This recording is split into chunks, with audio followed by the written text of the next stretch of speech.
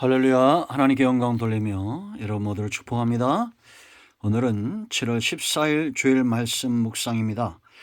소개합니다. 예수 세 번째 시간, 요한복음 1장 35절부터 42절까지 말씀을 보겠습니다. 기도합니다. 하나님께 감사와 찬송과 영광을 올려드립니다.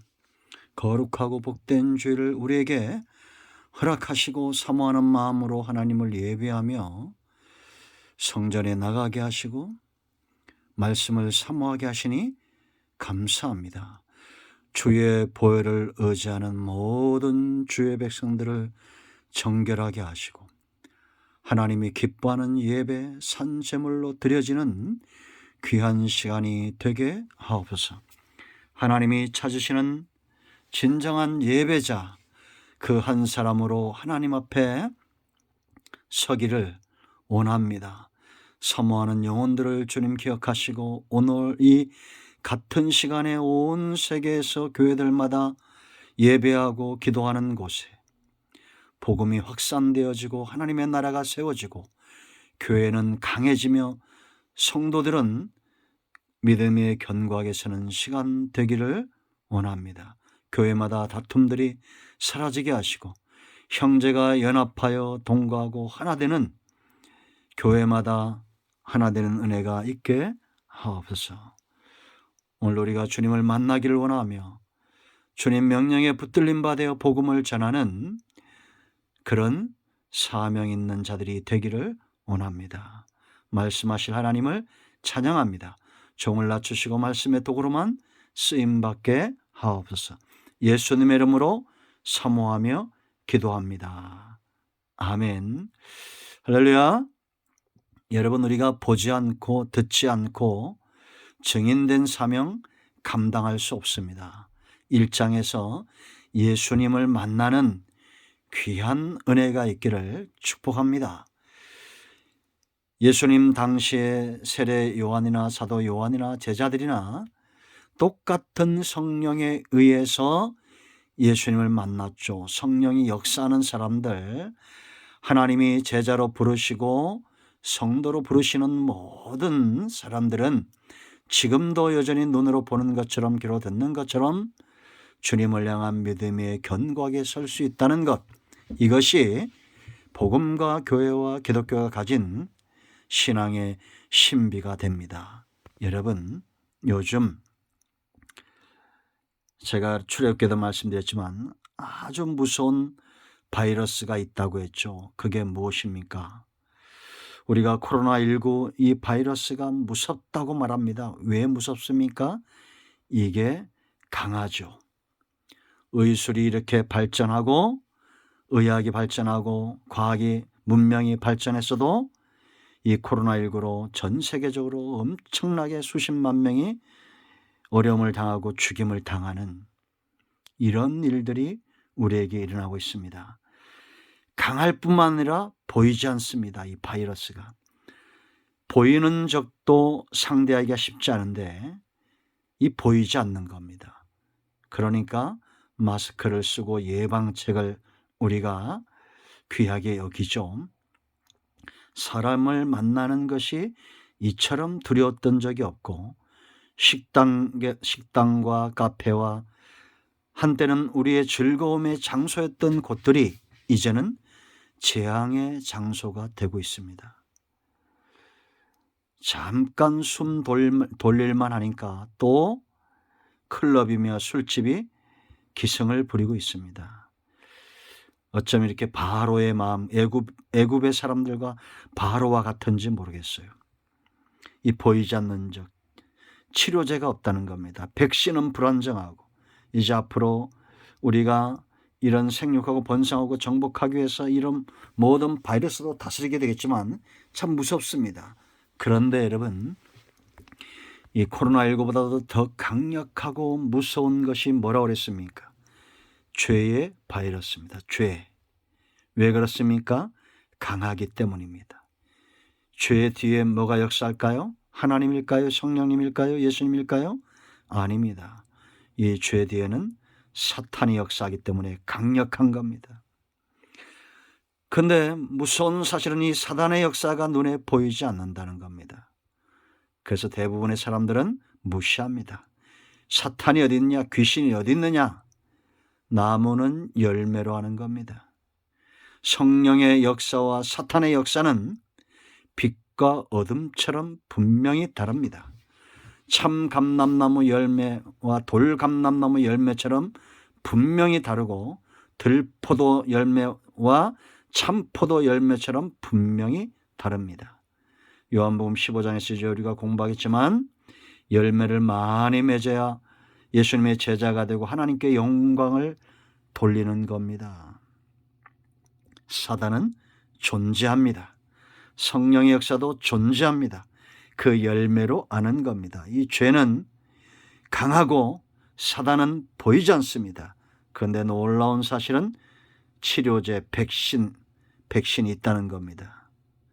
우리가 이 사단으로 인한 죄와 사망의 이 모든 문제를 회복하고, 죄로 인하여 고통받고 사망으로 인하여 고통받고 사단의 역사로 인하여 고통받는 백성들에게 백신, 치료제는 무엇입니까? 바로 예수 그리스도와 복음입니다. 이 땅의 모든 죄인들은, 사단과 죄의 바이러스에 감염된 사람들은 예수 그리스도를 만나고 복음 백신을 맞아야 합니다. 그 사명 누구에게 있습니까? 저와 여러분에게 있습니다.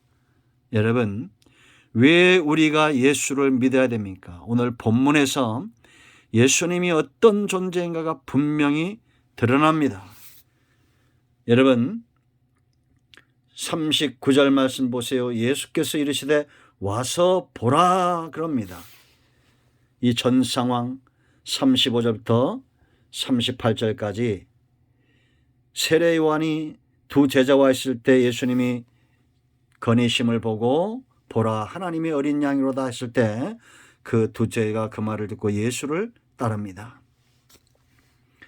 근데 예수님이 돌이켜보니까 두 사람이 오는 거예요. 38절 예수께서 돌이켜 그 따르는 것을 보시고 물어 이르시되 무엇을 구하느냐. 여러분, 예수님에게 많은 사람들이 따른 걸 보았죠, 우리가. 그런데 예수님이 이 사람들을 주목한 겁니다. 이르되 랍비여 어디 계시오니까. 랍비는 번역하면 선생이다. 아직 이들은 예수님을 선생으로 알고 있습니다. 그때 예수님께서 와서 보라 이렇게 말합니다. 주저하지 않습니다. 단호하게 너희가 와서 봐라. 이게 무슨 뜻이냐? 이 요한의 두 제자에게 너희가 지금 나를 따라오면 너희가 찾는 것 그것을 얻을 것이다. 진리와 응답, 정말 너희의 갈증을 해결할 수 있는 그것을 얻을 것이다 라고 주님은 당당하게 단호하게 결단력 있게 말하는 겁니다. 여러분, 이것이 바로 예수님의 모습이고 예수님만이 구주가 되심의 증거입니다. 성경은 분명합니다. 예수님의 입에서 나오는 말씀은 분명합니다. 긴가 민가가 아닙니다. 진리는 정직한 것이고 단호한 것이고 굽힐 수 없는 겁니다. 하나님은 거짓말하지 않습니다. 모든 인생의 해답, 모든 인생이 갈급해하는 진리, 예수님을 따를 때 양이 목자를 따라가면 꼴의 문제가 해결되고 쉼의 문제가 해결되고 사망의 문제, 골짜기의 문제가 해결되고 원수의 문제가 해결되는 것처럼 주님만이 세상을 향해서 분명히 말씀하셨습니다. 이제 우리가 앞으로 나오겠지만 나는 선한 목자다. 나는 생명의 떡이다. 나는 세상의 빛이다. 나는 참 포도나무다. 나는 그리스도다. 분명히 주님은 말씀하고 있다라는 겁니다. 여러분, 예수님을 만난 모든 사람들은 삶의 이정표를 분명히 봅니다.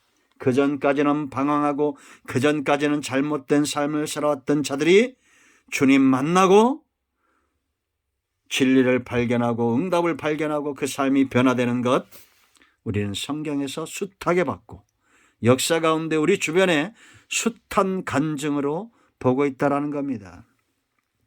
누가복음 5장 1절로 11절 말씀 보면 베드로에게 주님이 찾아오시죠. 그 밤에 밤이 맞도록 수고했지만 얻은 것이 없는 존재였습니다. 성경학자들은 오늘 본문의 안드레를 통해서 베드로가 예수님을 만나고도 다시 고기 잡으러 가는 그런 고집센 사람이었다는 거예요. 두 번째 예수님이 찾아가셨다는 겁니다. 그날 밤이 예수님이 베드로를 만나는 그날 어떤 일이 났습니까? 하나님이 이미 다 환경을 조성하고 계셨죠. 밤이 맞도록 그로 하여금 수고하게 하고 얻은 것이 없어요. 이건 지금도 계속되는 겁니다. 우리가 주님 따르지 않고 주님 편에 서지 않고 주님과 멀어지면 아무리 수고해도 얻은 것이 없는 겁니다. 베드로는 어부로서 전문가겠죠. 바다를 잘 알고 고기의 이동 경로를 알고 바다의 흐름을 아는 자입니다. 그런데 한 마리도 얻은 것이 없어요. 그때 주님이 오셔서 말합니다. 깊은 곳에 가서 그물을 던져라. 베드로가 뭐라 말합니까? 우리가 밤이 맞도록 얻은 것이 없지만 랍비어 말씀에 의지하여 그물을 던지겠습니다. 그물을 던졌을 때 어떤 일이 났어요? 그물이 찢어질 만큼 엄청나게 많은 고기가 잡혔습니다. 자기의 경험으로도 해결할 수 없었던, 자기의 젊음과 힘과 지식으로도 해결할 수 없었던 문제가 말 한마디에 해결됩니다. 그 순간 자기 앞에 서 있는 분은 랍비가 아닙니다. 5장 11절을 보세요. 8절을 보세요. 주여 나는 죄인입니다. 고백이 바뀌었죠. 주여 나는 죄인입니다. 나를 떠나소서라고 말합니다. 그때 주님이 베드로의 인생을 바꾸는 한마디 말씀을 하시죠. 이제 네가 후로는 사람을 낚는 어부가 될 것이다 라는 겁니다. 여러분, 기독교는 만남의 종교입니다. 와서 보셔야 됩니다. 여기 와서 보라는 것은 따라오라는 얘기입니다. 한 번에 해결될 수도 있어요, 문제가. 그러나 우리가 주님과 동행하면서 양의 목자를, 선한 목자를 만나 하루, 한 달, 1년 가면서 더 강해지고 튼튼해지는 것처럼 주님과의 긴 동행, 이 땅에서 우리의 생명이 허용되고 장차 하나님 나라 가기까지 긴 동행을 통해서 우리 삶의 모든 해답과 진리와 영이 잘 되는 은혜를 체험하게 될 것이다 라는 겁니다. 할렐루야. 이렇게 주님을 만난 안드레 보세요, 여러분. 그 다음에 어떤 일이 일어납니까? 세례 요한이 안드레는 베드로에게 전염시키는 거예요. 여러분, 우리는 복음이란 세상의 죄의 바이러스를 제거할 수 있는 이런 전염성 강한 복음 알약을 가지고 있는 존재예요. 여러분, 오죽하면 베드로에게 사람들이 뭐라고 그랬습니까? 저거는 연병 같은 존재라고 했어요. 바울에게 연병 같은 존재. 전염시킨다는 겁니다. 바울이 가는 곳마다 전염병이 번지듯이 그렇게 연병 퍼뜨리는 것처럼 그렇게 그 당시 사람들은 바울을 통한 교훈이 그렇게 확장되었다는 겁니다. 여러분, 이거는 바울뿐만 아니라 지금까지 복음은 그 무엇보다도 강력한 전염성을 가지고 있습니다. 여러분들은 무엇을 퍼뜨립니까? 우리가 가는 곳마다 죄를 퍼뜨립니까? 아니면 복음을 연병처럼 강력한 복음의 바이러스를 퍼뜨립니까? 주님 만난 즉시 안드레는 그의 형제를 찾습니다. 예수 그리스도가 안드레를 복음 전도자로 바꾼 거예요. 이 강력한 힘입니다. 감기만 전염시키지 마세요. 코로나19 전염시키지 마세요. 죄의 오염덩어리가 되지 마세요. 복음을 전염시켜야 됩니다. 여러분, 안드레에서 누가 나옵니까? 수제자 베드로가 나옵니다. 이 반석, 이 베드로의 고백 위에 교회를 세웠던 예수님의 첫 번째 수제자죠. 중요한 사역을 감당했던 이 베드로. 제자들 중에 으뜸 아닙니까? 그런 베드로도 안드레에서 복음 백신을 맞은 겁니다. 여러분, 한 번 만나고 41절 보세요. 여러분, 한 번 예수님을 만나고 안드레의 고백이 어떻게 바뀌었습니까? 시몬을 찾아갑니다. 말하되 우리가 메시아를 만났다라고 말합니다. 그리스도라는 거죠. 그들이 기다렸던, 안드레는 한 번 만나고 알아본 거예요. 메시아. 여러분, 이 땅에 자기가 그리스도라는 사람이 얼마나 많습니까? 다 가짜입니다. 속지 마세요. 오직 예수님만이 메시아 그리스도가 됩니다. 그리스도란 뜻은 기름을 붓다, 기름을 바르다 이런 뜻이에요. 자, 여러분, 이 부분을 우리가 공부했죠. 구약시대의 백성들의 영적인 삶과 그들의 범사의 삶을 하나님이 선하신 뜻대로 구속받은 백성으로 장차 예수님이 와서 완성시킬 세 가지 사역의 기름을 붓고 메시아를 기다리면서 그들이 구원을 소망하게 했던 세 직분이 뭡니까? 바로 제사장과 왕과 선지자들에게 기름을 부었죠. 그리고 백성을 하나님의 백성으로 섬기게 했습니다. 이끌게 했어요. 제사장의 기름을 붓습니다. 그리고 하나님과 백성 사이에 서서 저주와 진노를 끊는, 백성의 죄를 걸머지고 하나님 앞에 생명 내놓고 들어가는 그런 제사장, 바로 양 잡는 사람이었죠. 예수님이 이 땅에 제물로 오셨고 친히 아론의 반열을 따르는 제사장으로 오셨다라는 겁니다. 왕입니다. 권세, 왕적 권세, 다윗의 왕적 권세를 가진 자. 나라를 정복하고 나라를 세우기 위해서는 왕권이 필요하죠. 하나님의 나라를 세우기 위해서 예수님은 다윗의 왕통을 가지고 오셨다. 모세와 같은 선지자입니다. 말씀을 굽히지 않고 하나님 편에 서서 당당하게 말씀을 선포하는 것, 그것이 바로 백성을 살리는 길입니다. 예수님이 이 땅에 오셔서 십자가에서 그냥 죽으시기만 하지 않았어요. 제사장의 사역으로 기름 부음 받고, 왕으로 기름 부음을 받고, 선제로 기름을 부음 받은 사역을 감당했기 때문에 유일한 메시아가 되시는 겁니다. 여러분, 또 보세요. 42절, 예수님이 베드로를 보고 그 이름을, 시몬을 보고 이름을 바꿔줍니다. 게바. 게바는 번역하면 베드로라.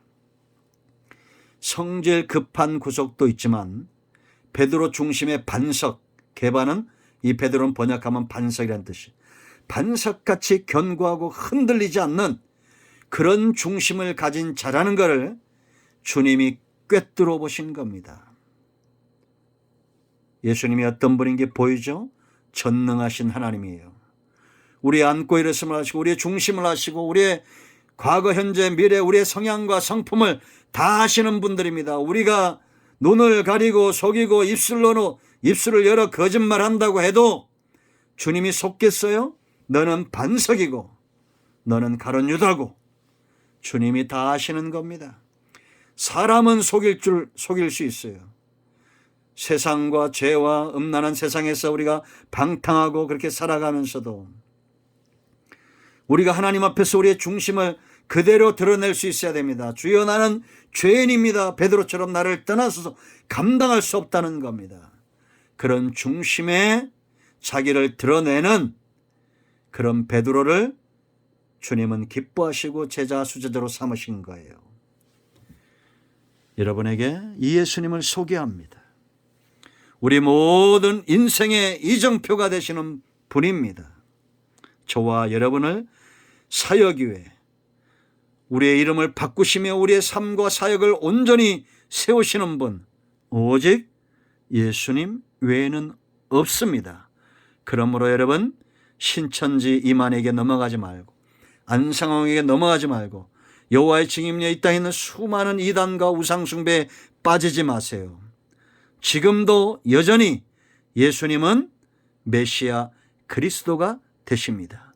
이 주님을 만나고 인생의 답을 얻는 삶의 기회를 붙잡으시기를 예수님의 이름으로 축복합니다. 기도합니다. 하나님, 예수 그리스도의 이름을 의지하여 기도합니다. 우리가 요한복음 1장을 통해서 주님을 만나기 원합니다. 삶 가운데 사역 가운데 우리가 붙들림 받고 쓰임받기 위하여 우리가 주님을 만나지 못한다면 양이 목자의 음성을 듣지 못하고 어떻게 우리의 사역을 감당할 수 있겠습니까?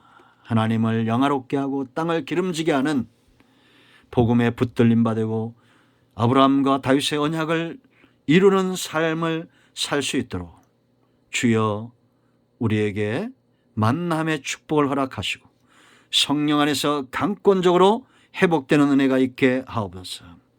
우리 가운데 병든 자, 마음이 상한 자 하나님 회복시키시고 치유하시고 강하고 담대하게 하나님 앞에 일어나기를 원합니다. 복된 주일 예수 그리스도의 이름을 의지하여 주의 백성들을 위하여 간구하며 기도하며 축복하오니 응답되게 하옵소서. 예수님의 이름으로 사모하며 축복하며 취하며 기도합니다. 아멘. 이제는 우리 주 예수 크신 은혜와 하나님 아버지 큰 사랑과 성령의 유로 동충만치 회복하심의 역사가 이 영상을 통해 예배하는 모든 주의 백성들, 이곳에 있으며 땅끝에 있는 복음적인 교회들, 지금도 예수 이름 때문에 생명 다해 헌신하는 복음적인 교회와 선교단체와 선교사님들과 우리 큰나무교회 모든 권속들과 서울 모든 식구들 위해 종이 섬기는 모든 영역에 있는 주의 백성들 위해 이제로부터 영원토록 함께 있을 지어다. 아멘. 할렐루야. 응답되었습니다. 이런 모두를 축복합니다. 아멘.